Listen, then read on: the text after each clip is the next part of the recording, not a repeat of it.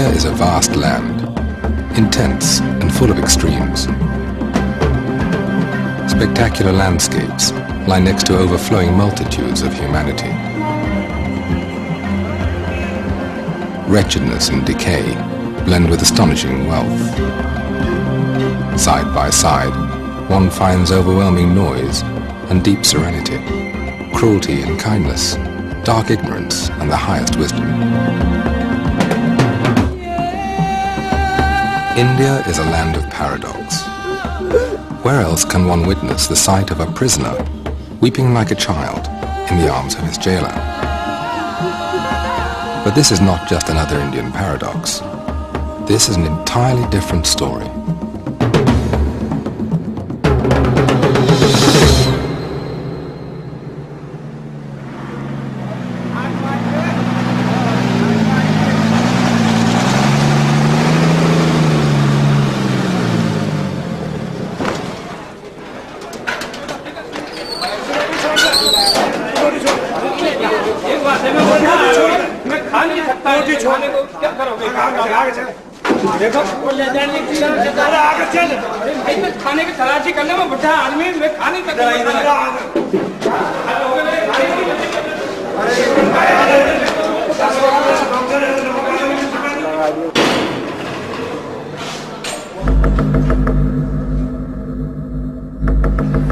I came to Tihar in 1988. I get caught in the airport, Indira Gandhi International Airport, sorry, with 4 kilos of heroin.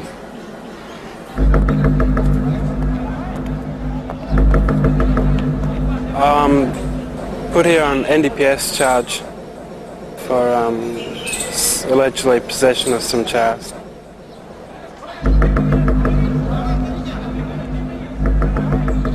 Triple murder case Ahmedabad में हुआ था 1983 में। उस case में मुझे पहले फांसी की सज़ा हुई थी, उसके बाद में यानी हाई कोर्ट में लाइफ सेंटेंस की सज़ा हुई। What am I doing in Indian jail? Time is what I'm doing in Indian jail. No, actually I'm doing Vipassana now.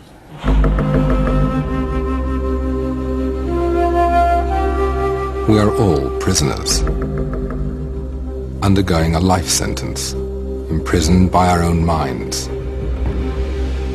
We're all seeking parole, being hostages of our anger, fear, desire. Is there anyone who doesn't crave at one point or another to take something that is not his? Is there anyone who doesn't wish, at least once, to hurt the one who hurts him? It is a thin line that separates us from these people who stare at us from inside this cage. The same things that do not go beyond the threshold of our thoughts have crossed, in their case, the threshold of action. But still, we are alike. Inside our heads, we're all potential criminals.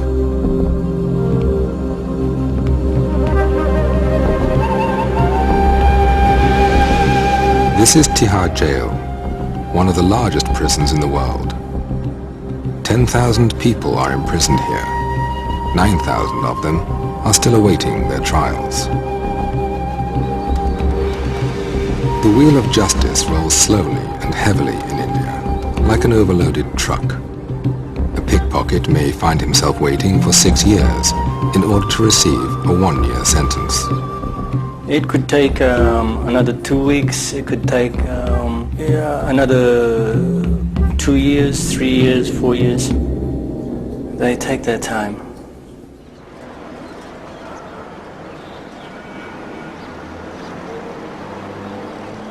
Located in suburban New Delhi, Tihar is India's best-known high-security prison. Due to its large population, it is divided into 4 separate jails. For decades, Tihar was notorious for its inhuman conditions. It was branded a veritable hell.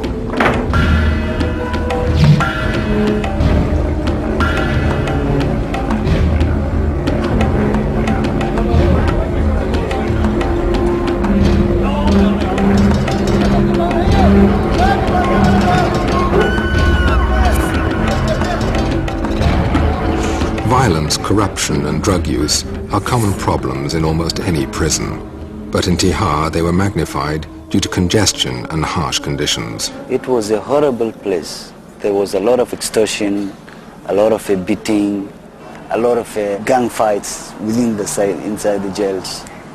There was a lot of problems, many problems. The combination of 1,000 convicts, along with thousands still awaiting their trials, had created a hierarchy of power and an explosive atmosphere. There are massive more under trials than there are convicts. The few can control the many. Take from the under trials. Convicts used extortion, and you beat a few people up occasionally, and the many will come across with a few rupees here, a few rupees there, you know.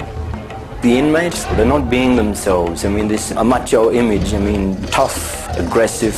You know, you get a few thousand macho people together, you know, and that's a lot of aggression, you know, and that's a lot of controlling, because this is prison, that's a lot of controlling to do. So I've understood when I first came here myself that sometimes the stick had to be used.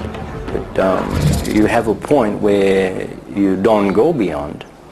The jail staff were trained under the old tradition of oppression, isolation and punishment. They believed that if the prisoners were made to suffer, they would not commit crimes after their release for fear of being sent back to this hell. But they were wrong. In Tihar, prisoners were specializing further in crime. I'm here now about 13 months. I was taking some heroin from Kathmandu to Toronto via the airport in New Delhi. I was searched in New Delhi and I was brought here. David is one of the foreign inmates kept in Tihar. Everybody is a legal expert in Tihar jail. Everybody knows all the ins and outs of the Indian system. It just so happens some of them will be here for 6 or 7 years maybe, but they'll tell you how to get out. With this record, Tihar was hardly the place to expect a breakthrough in prison reform. And yet, this is exactly what happened.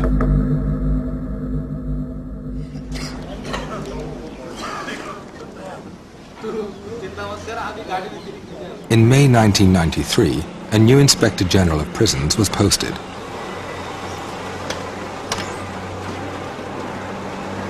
The new IG was Kiran Bedi, a little woman with a big reputation and an even bigger vision.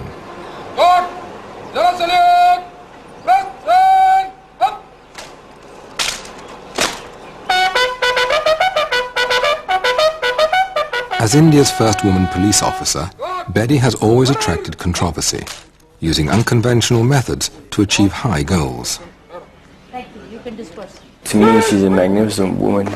She's got integrity, she's got very high morals, and she certainly has ambition. She's been everything from a tennis star to a notorious policewoman who used to tow away dignitaries' cars from towaway areas. That's where they called her Crane Betty. I vividly remember the day when she was to join. We have a meeting for 1.5 hours, and that meeting she only made us clear there is a very thin thread between us as officers and those inside. We have also made blunders in our life, but thank God we are not inside. Unfortunately they are. Right from the start, Betty told her staff that she intended to turn Tihar prison into a place for personal development, an ashram. I started to share with them my vision of a prison. I held my meetings, first of all told them that you're going to work as a team, work as a family. Asking them, are they aware of what their whole job priority is? What are they meant for? Are they here as watchmen or are they here for a larger job? Ever since she took office, she did a lot of a transformation. She's a person who solves problems. If you cannot solve a problem, that you are part of the problem yourself. We kept using a lot of love and care, actually giving them love and care. I allowed them books, canteen facilities, better medical care, clothing, radio, outside visitors. Before we were regarded here as, I don't know really what to, it's beyond description of the words. She showed us that we are human beings. And therefore, we deserve to be treated as human beings. I've talked to them, I've shared with them, I've read with them, I've laughed with them, I've sung with them, I've even danced with them. is to make them feel as normal as they should be feeling. Why? Because after all, when they're going out, they have to go into normal society. So how can I keep them bottled up here and expect them to be normal when they're going out? I must release them as normal human beings, or if possible, even better human beings. This is a general feeling that those who have done some crime, they should be punished. This is fine, they should be punished. But after punishment, what? They will not live in jail all through their life. They will come out in the society, and if they are not reformed, they will commit more crimes. The atmosphere in Tihar had improved, but Betty knew that all material solutions are always partial solutions. She was seeking a deeper change. Human mind needs its own food. Human mind needs positivity. Human mind needs some higher thinking.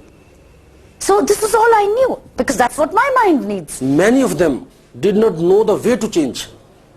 They are ready to change. They said, we want to change. But how? They have no skills to handle their problems. How do I give them skills to handle themselves? What do I do? I was absolutely like a fish out of water. Where do I go for a magic? Who will come to this prison to counsel? Who will provide the psychological food? I was just looking for an answer. And I got an answer. The answer came, unexpectedly, from inside the prison. One morning, Betty was doing her daily rounds.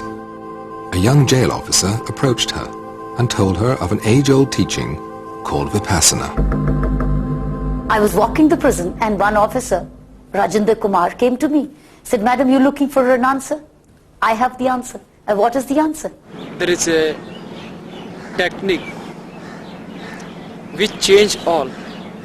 I also do a work of Vipassana meditation, and it changed a lot in myself. I was a very angry man. I would be horrible as a person, but I went for Vipassana and I'm a different person. Madam, if you don't believe me, ask my family, ask my colleagues. If you introduce this course in jail, so it will help all the inmates. They will get rid of their sufferings. Then she immediately told me, "You give me address." So he gave me the address of Mr. Ram Singh. I wrote a letter to Mr. Ram Singh saying, "Could I have you visit my prison?" Exactly still not knowing what Vipassana stands for. What Kiran Bedi also did not know was that this technique had previously been tried in Indian prisons.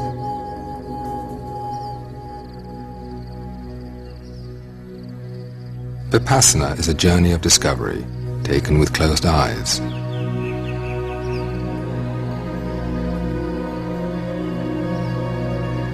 The goal is not simply to satisfy the traveler's curiosity, but to get transformed by the journey and start living a better life. Vipassana means insight, to see things as they really are, in their true nature. It is an ancient meditation technique discovered 25 centuries ago in India by a man named Siddhartha Gautama, known as the Buddha. The records from the Buddha's time tell remarkable stories of serial killers changed into saints and of cruel tyrants who became model rulers by practicing this technique. With the passing of time, civilizations rose and fell, but Vipassana was carefully preserved and passed on from generation to generation in South Asia.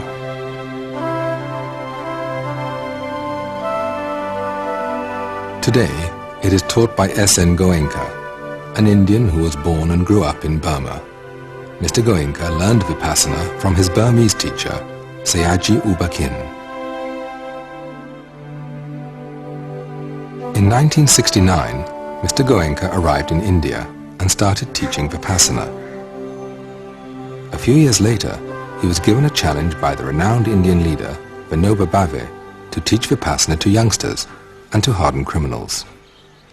I said, "I am here to serve. If you can arrange, I will teach the hard criminals in the jail. I will teach the students." He arranged in the school, and it was very successful. But he could not arrange in the prison because the rules of prison, manual of prison is such that A teacher cannot go and stay there, one has to stay outside, and that was not acceptable to me. When a course is given, I must be there with my students. It could not materialize. But later on, the Rajasthan government was good enough to relax their rules, and first course was given there in the Jaipur jail. In 1975, in Jaipur, prisoners learned Vipassana for the first time. Mr. Goenka insisted again on some conditions, and the prison authorities were trying hard to meet his demands. Before the course started, some people were brought in chains and ankle chains. So he said, what is this? I said, they are very hardened criminals and very dangerous criminals, and we want that they should also take a course. But he said, why have you put the chains on them? Because they are dangerous. He said, no, I can't give Dhamma to the people while they are in chains. So they have to be removed. And the IG and the superintendent of jail, they didn't agree. Because the IG said that there is a great possibility that one of them or few of them will get up and strangle Mr. Goenka or you as Home Secretary, and they will get a big name. Because they are in any case dying, they will be hanged or they will have serious punishment. So we took little risk, and it was decided that they will put a guard close by, and if anybody got up menacingly towards us, he should be shot.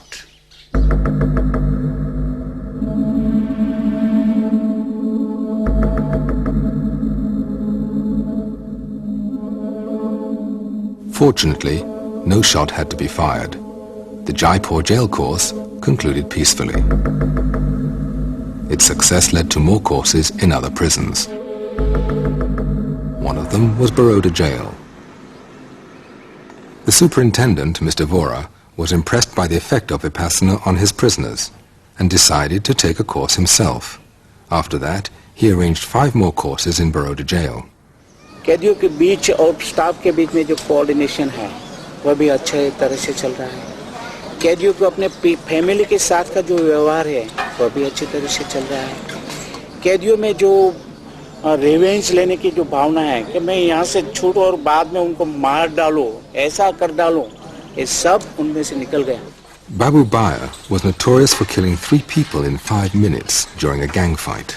और जो मेरी खिलाफ party थी, जिनके लिए मुझे नफरत थी, बदले की भावना थी, विपස්සना साधना से इतना परिवर्तन आया कि उनके लिए मुझे एक तरह की हमदर्दी जागी, अपने किए पे पछतावा हुआ। After taking a course, he contacted the family of his victims, seeking forgiveness. यानी समाधान कॉम्प्रोमाइज के लिए वे तैयार भी हुए, और 92 में रक्षाबंधन के दिन यहाँ पे आके उन्होंने मुझे, दोनों बहनों ने काफ़ी खेलदिली पूर्वक स्व खुशी से आके उन्होंने राखी बांधी, और एक भाई बहन का पवित्र नाता उन्होंने यानी जोड़ा है, और आज भी मैं उनकी फैमिली को पूरा अच्छी तरह अपनी फैमिली की तरह ही संभाल रहा हूँ। क्षमा देना और क्षमा आपना, ये दोनों बहुत मुश्किल काम है। जिसका हस्बैंड मार डाला है, जिसका भाई मार डाला है, उनके हाथ में, उनके मुंह में राखी बनना, उनके मुंह में कुछ स्वीट डालना, हिम्मत वाली बात।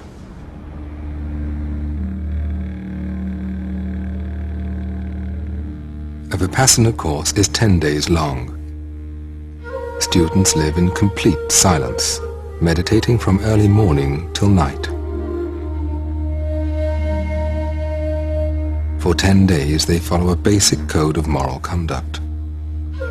They abstain from killing, stealing, lying, sexual activity, and the use of intoxicants.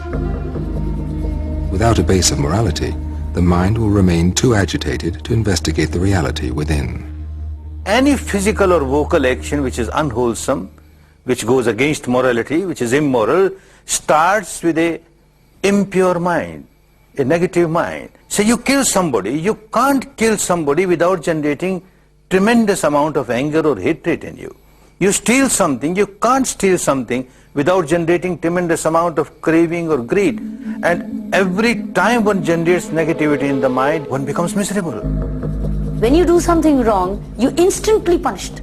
Why? Because you're now guilty. You've told a lie and you're telling 100 lies to justify one lie. You've stolen, now you're suspicious that you might be caught. The very fact that you are under the agony of getting caught is the pain you're getting out of the law of nature.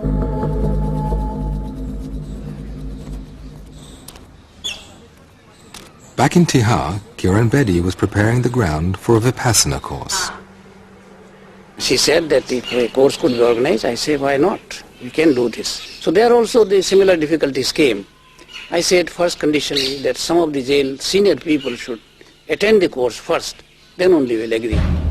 Unless the keepers of the prisoners change, prisoners will not change.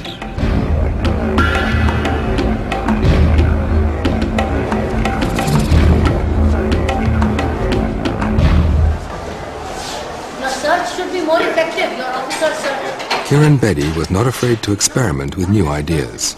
She sent some of the more stubborn and aggressive members of her staff to a Vipassana course held outside jail.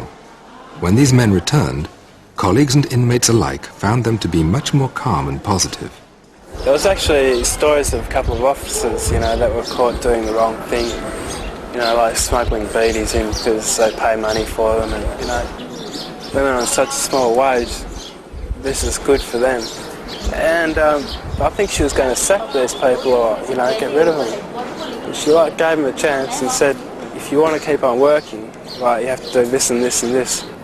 And you have to go and do one of those 10-day courses as well. Everything you do, you have to pay for, one way or another. My life is instant. I do something wrong and it's there, pow. My family still don't know exactly where I am. My mother thinks I'm in India, but I didn't want to worry her to say where I was, so I thought I'd just tell her I was doing Vipassana, and I am. The first Vipassana course at Tihar jail was held in November 1993. Over 100 prisoners and jail staff participated. She was not forcing people. Just go and see yourself. If you like it, well and good. If you don't like it, well and good. But just go please and see yourself. They were asking people interested in Vipassana or meditating. The school came around in one of the wards, and so I went.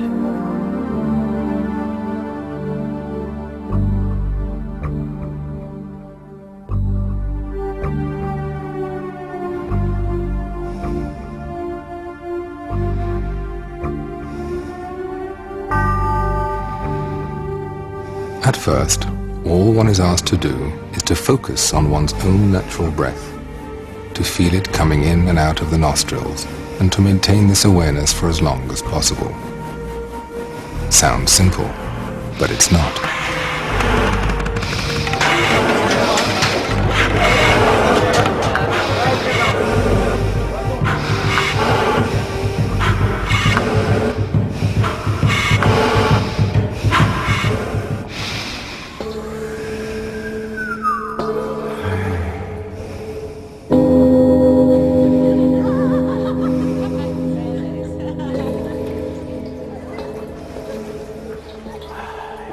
It's something which you can't avoid.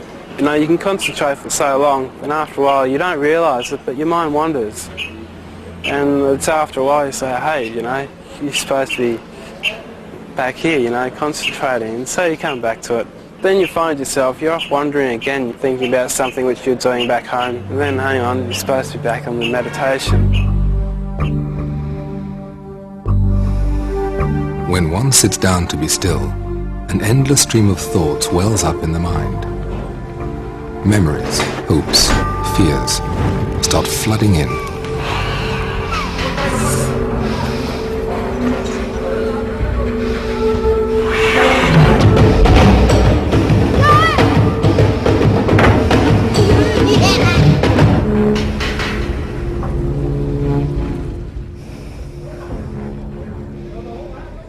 After a 3-day struggle, the mind quiets down. Thoughts become faint, faded, like passing clouds.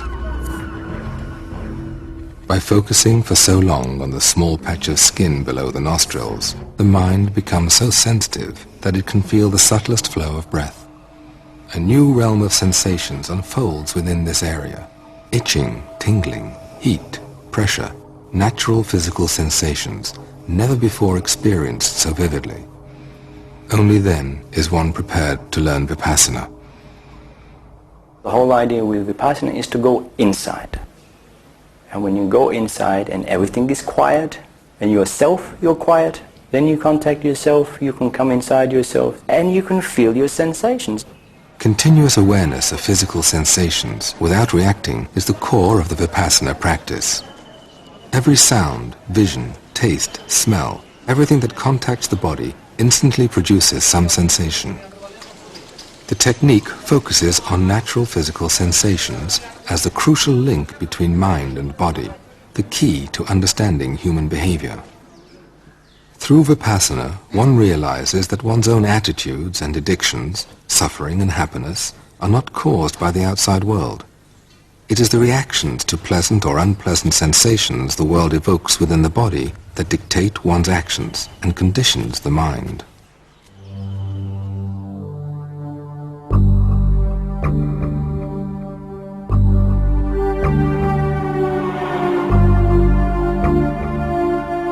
On the fourth day of the course, Vipassana is taught. Students learn how to observe objectively all the sensations in their bodies, whatever they may be, without reacting to them. They watch emotions come and go.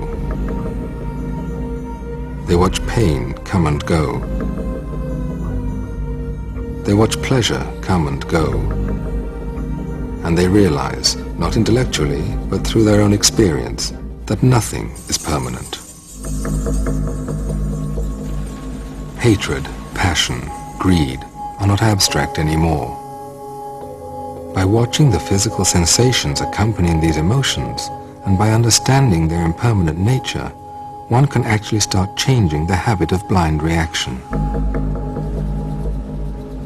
Between the two poles of expression and suppression lies a third option, mere observation.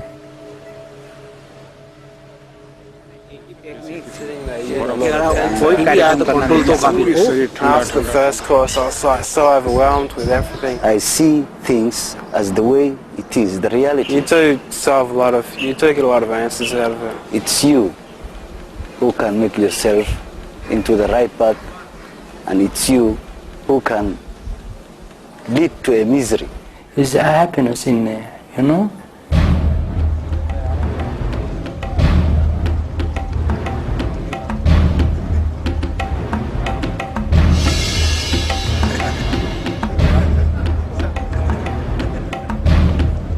After the course, it was no looking back. Even for us, it was saying, hey, thank God we found a remedy. We found an alternative. We found a way to take them to. Then there was no looking back. The first Vipassana course in Tihar jail was followed by 5 more, and Kiran Bedi was once again thinking ahead. We became greedier. We were impatient. Why only 50, 60 when I have 10,000 people with me? So why can't we reach at least a large percentage of a massive course rather than going into small trickles to have a massive impact? They said, would you be able to arrange a course of over 1,000? I said, yes, immediately. Are you sure? I said, yes. It was one of the most ambitious projects in the history of Indian prisons. It was also the largest Vipassana course conducted in modern times. In just a few weeks, a special area was prepared inside the prison. Accommodating in one place 1,000 inmates as well as Mr. Goenka and his assistants was a tremendous undertaking.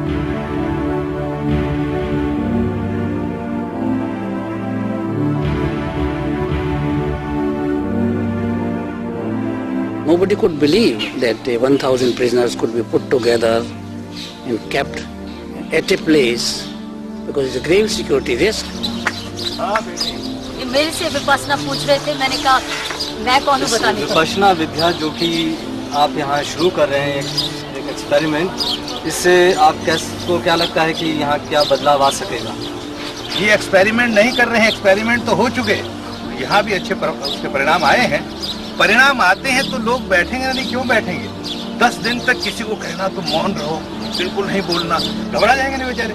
उनको कुछ मिलेगा तो बैठे, और मिलता है खूब मिलता, खूब तपना है, तपोगे ना? बहुत सुख से होता है। He pretends to be no saint. He is like a simple, humble teacher. He's not expecting anything in return. The way he's done it for prisoners for 10 days, he's lived in the prison for 11 days. He and his wife together. And it was no comfortable stay.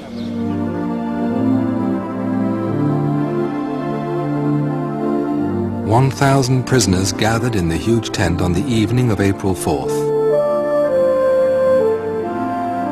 they reflected the wide range of human experience: Hindus, Muslims, Christians, Sikhs, from different nations and social backgrounds. It is essential that you will keep silence, no further silence. It doesn't mean that your mouth will be locked. Talk to your teachers, your guides. There is no restriction about it.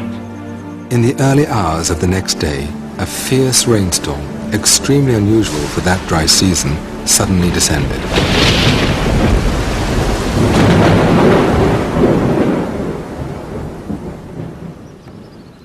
The tent collapsed. All the rugs and meditation cushions were completely soaked. An emergency meeting was called at 3:30 a.m. to consider cancelling the course. Instead, measures were quickly put into action, allowing it to continue.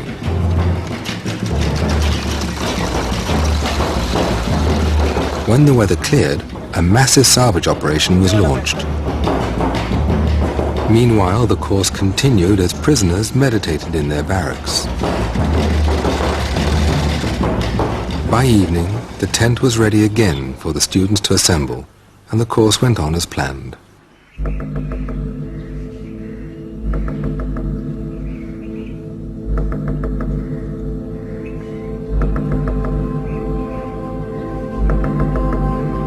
Nine days later, it was apparent that something unique had been accomplished. It actually changed people. It made my prisoners weep. It made them cry. They had realized what life actually could be. They had looked within, and within themselves they had seen the feeling of revenge. They had seen anger. They saw the disrespect and hurt they had caused to parents and society, and they wept, and they wanted to be different. I felt guilty that I have did a wrong thing. I have done a wrong thing. And what I have done, it's something which I can come out of it and correct it. That realization was the greatest magic. That's exactly what I was looking for. How do I realize them, make them realize they've actually hurt society? They're just all the time saying, we're innocent, we're innocent. We never hurt society, society hurt us. How do I convince them that you did hurt society at some stage of your life? Therefore, the law of nature has had its course, you're getting it today. So they learned it in Vipassana. I didn't have to say anything. They went up on the mic and said, we hurt society, but we seek forgiveness. That was the greatest magic. When the course ended, 1,200 participants and international guests witnessed the inauguration of the first Vipassana center to be established in a prison. Within 3 weeks, it began to offer Vipassana courses twice a month.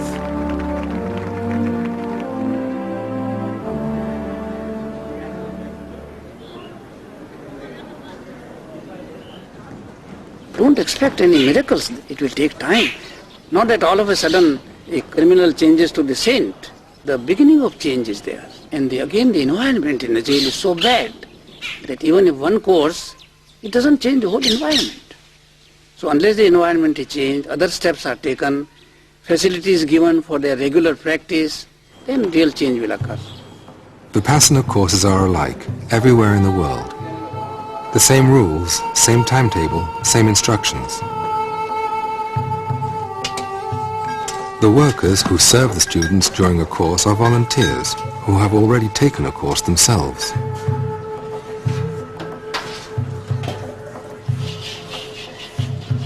A teacher appointed by Mr. Goenka stays within the course site for 10 days and conducts the course voluntarily.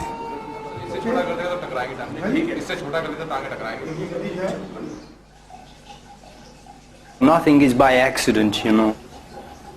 I come, I'm caught, I'm here, all for a reason. I don't have to be caught going to Canada. I could have gone to Canada and then gone back and my life this. It's all for a reason. After taking a few Vipassana courses, David asked to be transferred to the Vipassana ward and work there as a volunteer. When I first came, I thought, why is Vipassana here? Of course, when I say that, it answers itself, because this is where it's needed most. This is history in the making, you know. This is the first chance where Vipassana where this is being used in a prison system to possibly reform people. And if this does show results, then this could reform the whole prison system and the entire planet. And it happens here. If I scratch his belly, he should attack me. There you go. You're attacked that? See, all I can really do is to try to set an example for other people. In doing this, then maybe they will try a little bit harder for themselves. David, the one-day course is on this date, no? We have 4 one-day courses. Yeah. Your 26th morning is jail 4. Yes. And 27th morning I'm bringing jail 1, 2 and 3 together. So tell him we would need him at both the 9 o'clocks. Please tell the teacher. I cannot do anything Vipassana-wise for anybody. They have to do it themselves. The bottom line is you can't help somebody unless they want to be helped. And the Vipassana, if you can get through to them, is for themselves, to get inside themselves to help. Twice a month, prisoners from different sections of Tihar arrive at the Vipassana ward to take a course. Some of them have done this a number of times. Each time they follow the same program. What differs is the personal experience. I call them bhikkhus when they come here, which is the monk, because this is in effect what they are. For 10 days they become a monk. A lot of people are under the impression this 10 days they come over here is so easy. It's not. You have to work. There's no sort of lazy way out of it. And actually going on the course sort of forces you to work. It's like being thrown into a swimming pool. You know, you have to swim then. It's not a matter of saying, yeah, I will learn to swim, I will learn to swim. It's when they throw you in the pool, that's when you have to swim. So when you go to this course, you have to do the 10 days. Next to the silent bubble of the course, on the other side of the wall, prison life flows along.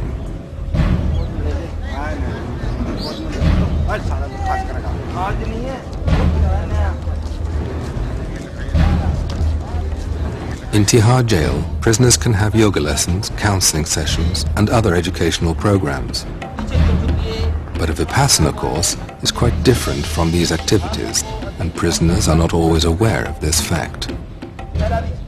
We're in jail, and jail have jail rules. This is Vipassana, Vipassana has Vipassana rules. And it happens to be that Vipassana rules are more strict than what the jail is. Some of them understand, some of them don't understand. You see, in jail they have the rules, but the game is to bend the rules as much as they can do, or change as much as they can to take control themselves. And they bring that same attitude in here. You still bathing, boy? And I say, no, this is not jail. That's jail. You want to go back to jail, you can go back to jail, but this is Vipassana. We do have a little bit of people who become jealous, maybe envious, because here people seem to get a little bit more than what other people do. They don't realize that the guys who come here are putting more into themselves. If somebody has had some sort of experience or self-discipline, then they seem to be falling into it much easier. Let's understand that 10 days is the basic, you know. I mean, this is the least amount of time necessary to get some sort of a spark to the candle. And sometimes that spark doesn't ignite. Maybe you need another spark, another spark. But after a couple, the light starts to flicker, it grows, and then the candle is lit. Change does not come easy way. Change takes a time. And as I told you earlier, that this revenge which I had, and anger, quick temper, is still subsiding. I'm not telling you exactly it went off completely one time, bam, I did a Vipassana, I sit down and it just went out like that. It's still subsiding, subsiding, subsiding.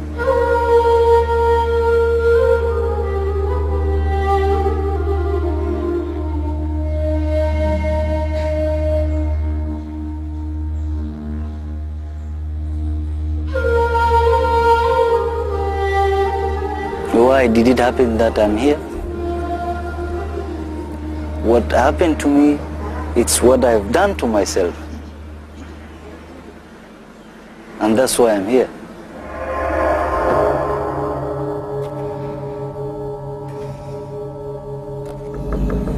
I don't trust people as I used to do. Sometimes I meet them and they treat me not good. And I think if I have a vote, I would just pull the pin and let the whole thing explode, that's it, and start all over again. Vipassana keeps trying to bring me back away from this distrustful people.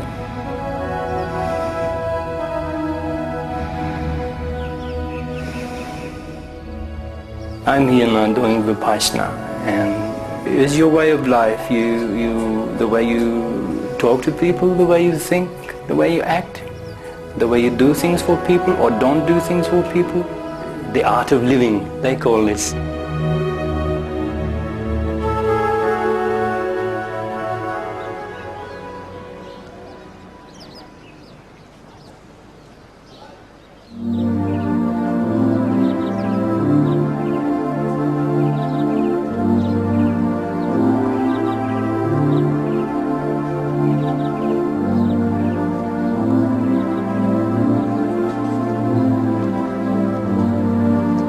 On the morning of the 10th day, silence ends.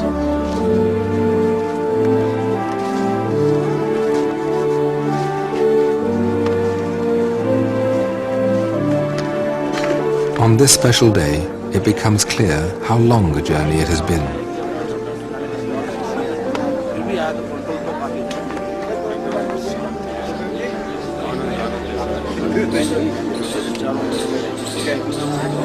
Students make the transition back to a more extroverted way of life. For the first time in 10 days, they can actually talk and share experiences. परंतु जब दूसरा दिन हुआ तो इच्छा हुई भूल जाऊं यहाँ से, पर कोई रास्ता निकला भगने का।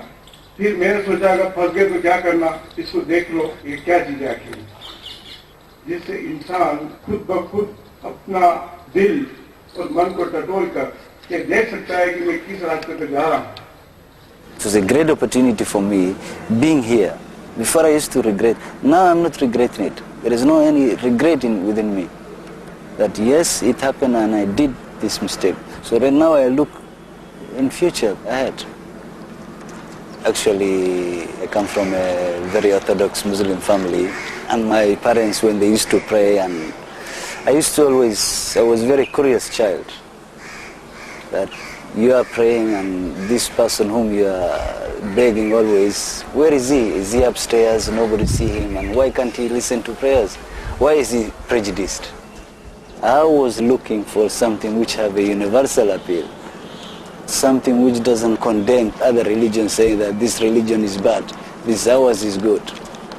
Actually, I found what I was looking for. For all these years, the thing which has been bugging me, I found the answer here. Before I used to feel a lot of self-pity about being inside jail, I think, why should this have happened to me, all this sort of thing. Having the Vipassana course, it's like, I'm grateful that it was there, I'm almost grateful for coming to jail, to actually go there and, have the opportunity to do it. I often think to myself, when I get home, I've got my own bedroom, I can meditate there, I can make it a regular part of my life. But, old habits die hard, and it's very easy just to fall back into the old pattern of lifestyle. So, before I leave here, I don't know when that could be, there could be a chance next month or middle or the end of next year, but actually what I'd really like to do is go to a course, complete the course, and then the very next day to be able to walk out of jail. I'd go out in a very good frame of mind, not a bad frame of mind which this place can create. This coming to doTERRA, it's a lesson in life I'll never forget. It's, in a way it's a great experience, but it's just gone on for too long now. I'd really like it to finish and so I can go home.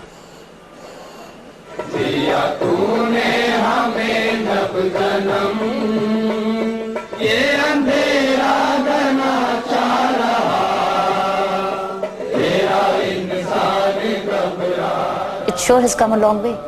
Earlier prisons were not being opened for this course. Some were not. But now the government of India sent out a circular to all the prisons in India to encourage Vipassana courses. Because the prisons were capable of receiving it. Staff was accepting this. The community outside was expecting this to happen. You know, there was a positivity of a belief that this can happen in the prison now. People who were being released from the prison were not coming back anymore. Outside, people had started to see the change in their thinking and behavior. So there's been no looking back.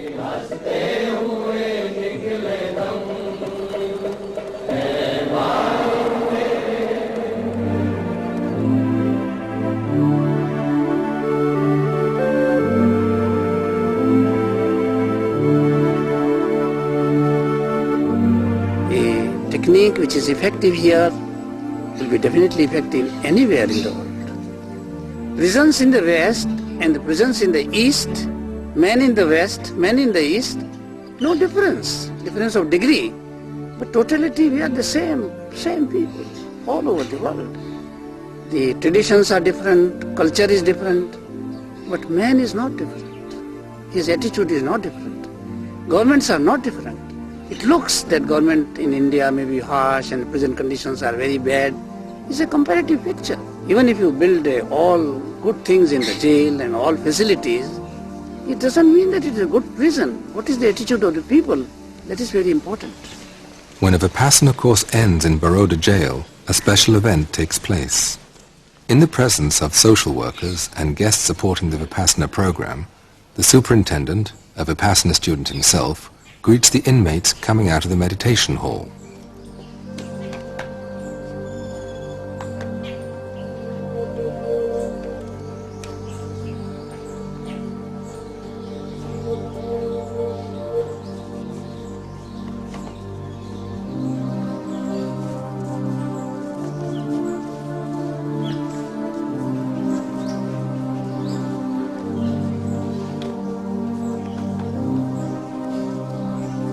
In this country, physical contact between people from such different backgrounds is unthinkable. But on this day, barriers are broken.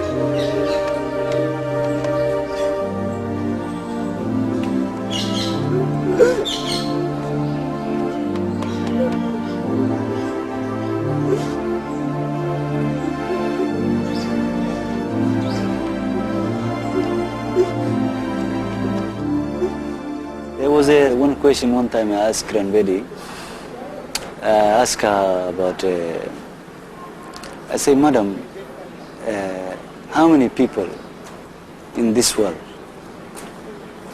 you think that they are just here in this world? They believe they are here in this world just to do good. What's the percentage? She looked at me and there was maybe 20, 30 people sitting there. She said, you are the percentage. It's you people. And it's you who can make it this world a better place.